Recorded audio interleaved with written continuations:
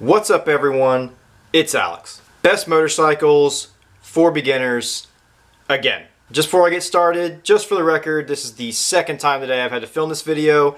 The first time, the SD card got corrupted. I don't know what happened because, you know, why would that not happen? Moving on. So I've done some videos in the past on best motorcycles for beginners, different categories, best cruisers, best sport bikes, all that kind of good stuff. They're actually some of the most popular videos on my channel, so I figured I would do an updated version of that 2020 best motorcycles for beginners. Let's go. Now my best motorcycles for beginner videos were some of the earliest videos on the channel. I want to do this one a little bit different. Those videos focused on very specific models. What I want to talk about in today's video, and this one is, I want to go over just the idea and philosophy behind the best motorcycle for beginners, and then we'll do a whole little series where I go into specific models in different categories, okay? So, when a beginner is looking for a motorcycle, if you're a beginner or you're trying to help a beginner look for a motorcycle, these are the ideas behind it, right? We want to look for a motorcycle that is easy, that's light, that's not going to be very intimidating, and is not going to punish you as bad for the mistakes you're going to make. Because as a beginner, you're going to make mistakes. That's just the nature of the beast. It's going to happen. Reality. Moving on from there. So, we want to look for a motorcycle that, depending on your size, when you sit on it, it feels light. It doesn't feel unmanageable, it doesn't feel intimidating, that feels light to you. And different size people, that's going to mean different things. But you want to pick out a bike, you want to focus on bikes that when you sit on it and you pick it up off that kickstand, feel light and manageable to you. Second off, power. We want to focus on motorcycles that are in the 250 to 500 range, I would say, for a beginner. Max. Caveat to that, this is focused on my US watchers mostly. I know I have a lot of viewers around the world. I love you guys too. A lot of your different countries actually have licensing requirements when you're starting where you're limited to a certain size motor. I think that's a great idea. I wish we did that more in the US. Generally we don't. When you get a motorcycle license in the US, you can pretty much buy and ride whatever you want. So, my recommendations, US customers especially, stick between that 250 to 500 cc's for a beginner motorcycle. I know some of you bigger people are going to need a little bit bigger motorcycle. We'll get into that, but general rule, 250 to 500 cc's motor size for a beginner motorcycle. Next thing to talk about is that motor itself. I'm going to highly recommend, if you are a beginner, that you look at single cylinder and twin cylinder motorcycles. That could be a parallel twin or a V-twin, but single cylinder and twin cylinder motorcycles. Reason for that being, those bikes, as far as the power delivery and power curve go, are going to have a little bit torquier of a power response, so they're going to be more fun at lower speeds.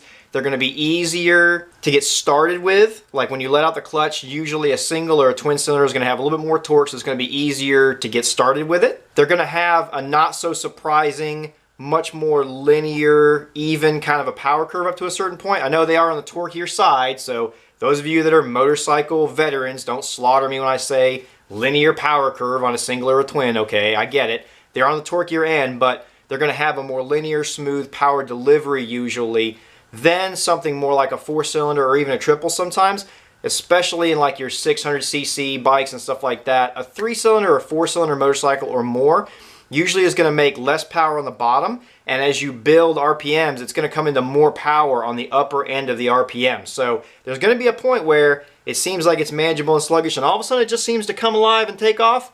You don't want that as a beginner. You want something with more power on the bottom and the middle. You want that torque and that more kind of predictable power delivery. So that's why I recommend single or twin cylinders, especially a parallel twin. I think a parallel twin is really a sweet spot for a beginner to intermediate and even a lot of advanced guys. I'm riding a parallel twin. I've been riding for 15 plus whatever years. So I think single cylinder, parallel twin, or V-twin, single or twin cylinder motors, stick with those if you're a beginner. Last point I really want to touch on, I still really recommend if you are a beginner that you get a used motorcycle. Reasons being, it's going to be cheaper, it's going to save you a little bit of heartache if or when you drop it or something like that happens to it, okay? I know there's a big magic behind getting a brand new motorcycle, getting your first brand new motorcycle. I've done it several times. My first bike I bought brand spanking new, dropped it, wish I hadn't bought a brand new one. Look at used motorcycles. You'll get them cheaper, and if you make a mistake or something happens, you're not going to suffer so much heartache, okay? Also, if you follow these guidelines, if you stick with a smaller motor, a used motorcycle that is worth less money, you're also going to pay a lot less in insurance, which helps out a lot when you're a beginning motorcycle person. You don't know if you're going to like this or not yet. You don't know if you're going to be willing to pay the high insurance on it. So follow all that stuff kind of wrapped together. It's really going to help you out a lot, I think, okay? So just quick recap. Beginners looking at motorcycles, just broad ideas. There's a lot of motorcycles out there that are great for beginners, okay? But just try to look for bikes in that 250 to 500cc range if you can. Look at single or twin cylinder motorcycles and try your best to find something used and save the money and get into it. When you learn to love the sport, then buy something fancy or buy something brand new or work up to bigger, faster motorcycles. You can always get bigger, faster motorcycles, okay? But you can't replace the learning and the experience you're going to get by starting on a smaller motorcycle with a more basic, user-friendly engine setup and everything like that, okay? That's it, guys. I'm going to do some videos coming up soon on specific models and different categories and stuff. I just want to put out an updated version of my best motorcycles for beginners type video. Kind of updated, bringing it more modern and just going over the philosophy behind it, okay? That's it, guys. I'm Alex. Peace.